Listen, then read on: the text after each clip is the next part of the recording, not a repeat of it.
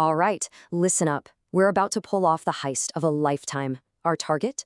A fortress so small it's invisible to the naked eye, but it's absolutely deadly. Our mission is to breach its defenses and shut it down from the inside. Now, this isn't a movie script. This is the daily battle of medicine. And this is your official mission briefing on bugs versus drugs. For decades, we really had the upper hand in this fight. In this invisible war being waged inside our own bodies, we've had a pretty powerful arsenal. And these are our weapons. Antimicrobial agents. They are, without a doubt, the cornerstone of modern medicine. They're what turn once deadly infections into something we can actually treat. But what happens when the enemy starts learning our moves? What happens when our master keys don't fit the locks anymore and our very best weapons start to fail us? Well, that is the reality of antimicrobial resistance, and it's the central crisis we are tackling today. Look, every good heist needs a solid plan, and any good plan starts with knowing your team and knowing your tools. So, before we go charging in, let's get familiar with our arsenal. To take down the enemy, we first have to understand the unique specialties of our entire drug lineup. So, what is an antimicrobial agent at its core? It's basically any substance that either flat out kills microorganisms or just stops them from growing. We call the killers cidal, like bactericidal, and the ones that just inhibit growth are static, like bacteriostatic. You can think of it as two totally different strategies. One is a full frontal assault, and the other is more like a siege, just cutting off supplies until the enemy collapses on its own. Now, there are a bunch of ways to organize our arsenal, and each one gives us a different kind of strategic advantage. We can classify them by their target, right? Are we fighting bacteria, fungi, viruses? We can sort them by their action. Are they cidal, killing the bug directly, or static, just stopping it from multiplying?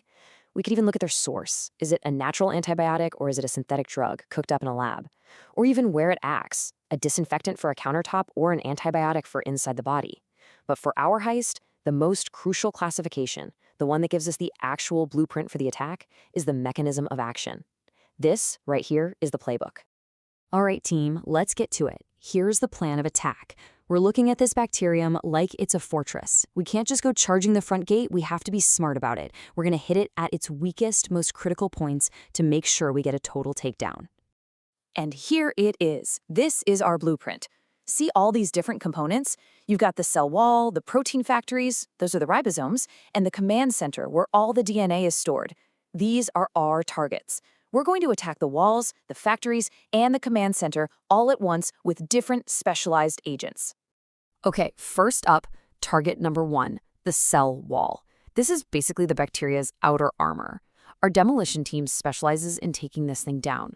These are our cell wall inhibitors, and trust me, they are some of the most powerful and widely used agents in our entire arsenal. So let's look at the lineup.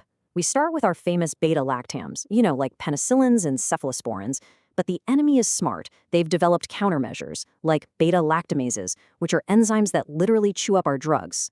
So for the tougher targets, we have to deploy the heavy hitters, the carbapenems.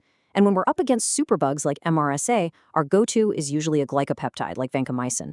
Now, here's a super important piece of intel for your exams. The special ops agent in this group is the 5th-generation cephalosporin, ceftriaxone. It is the only beta-lactam that can take down MRSA. I promise you, you will see that again. Okay, with the walls breached, we send in the next wave, the saboteurs. Their mission? To get inside the bacteria's factories, the ribosomes, and grind all production to a halt. See, without proteins, the bacterium can't build anything, it can't repair itself, and it can't replicate. It is a guaranteed system failure. And these saboteurs are precision tools, they really are. Some, like macrolides and clindamycin, go after the large 50S ribosomal subunit. Others, like aminoglycosides and tetracyclines, they aim for the smaller 30S subunit. It's kind of like pulling different key fuses in the factory. Either way, the assembly line stops and the bug is crippled from the inside out. But once again, the enemy adapts with countermeasures like efflux pumps that literally just spit our drugs right back out. So, while the saboteurs are wreaking havoc in the factories, our hackers are going straight for the command center. Their target is the bacteria's most vital asset, its DNA and RNA. By disrupting nucleic acid synthesis, we corrupt the blueprints themselves, and that causes catastrophic, irreversible failure. This team includes agents like the fluoroquinolones, which mess with an enzyme called DNA gyrase. It's essential for DNA replication. And then you've got rifampicin, which blocks RNA polymerase. Now here's the crucial point for your exams. How do bacteria fight back against rifampicin? Well, it's a classic case of target modification through a mutation in the RPOB gene. That right there is an extremely high-yield fact to remember. And finally, we've got two other specialized tactics. Some agents, like sulfonamides and trimethoprim, they disrupt the folic acid synthesis pathway, a really critical metabolic process for the bacteria. Others, like the polymyxins, they're the bruisers. They go straight for the cell membrane, punching holes right in it and causing all the cell's contents to leak out. It is a direct and devastating attack. But just when we think the heist is going exactly according to plan, the alarm is tripped. See, the fortress isn't just a static building. It's an intelligent system that learns, adapts, and fights back. Our whole operation is now in jeopardy because of its very sophisticated security system, Antimicrobial Resistance. So what exactly is resistance? Well, to put it simply, it's the ability of a bug to withstand the effects of a drug that would normally kill it, or at the very least, stop its growth. The bug has essentially learned our playbook and developed its own countermeasures to survive our assault. And this defense comes in two main flavors. First, there's intrinsic resistance. This is when a bug is just born tough. It's a natural, built-in defense. Maybe the bacterium just doesn't have the specific molecule that our drug is trying to target. But on the other hand, you have acquired resistance, and this is far, far more dangerous. This is when a bug that used to be vulnerable learns a new trick. It picks up a new defense mechanism, turning what was an easy target into a really formidable foe. So how does a bug learn to fight back? Well, there are two main paths. One is through a random genetic typo, a mutation, that just so happens to give it a survival advantage. We call that mutational resistance. But the truly scary one is transferable resistance. This is where one bug can literally pass its resistance genes to another bug, kind of like a veteran soldier sharing survival tips with a rookie. This usually happens with these mobile pieces of DNA called R plasmids, and it is the reason resistance can spread like wildfire through an entire bacterial population. So now we know that they fight back, but the real question is, how do they do it? Let's dive into the specifics of their master escape plan. These are the four main strategies that bacteria use to outsmart our drugs and completely thwart our attack. Think about it like this. First, they can decrease permeability. That's basically locking all the doors and reinforcing the walls to keep our drugs from ever getting inside in the first place. Second, they can use efflux pumps. It's like installing a revolving door that just pushes our agent out as fast as it comes in. Third, they can use enzymatic inactivation, deploying their own agents, like those infamous beta-lactamases, to find and destroy our drugs. And finally, and this is perhaps the most ingenious, they use target site modification. They literally change the lock so our key just doesn't fit anymore.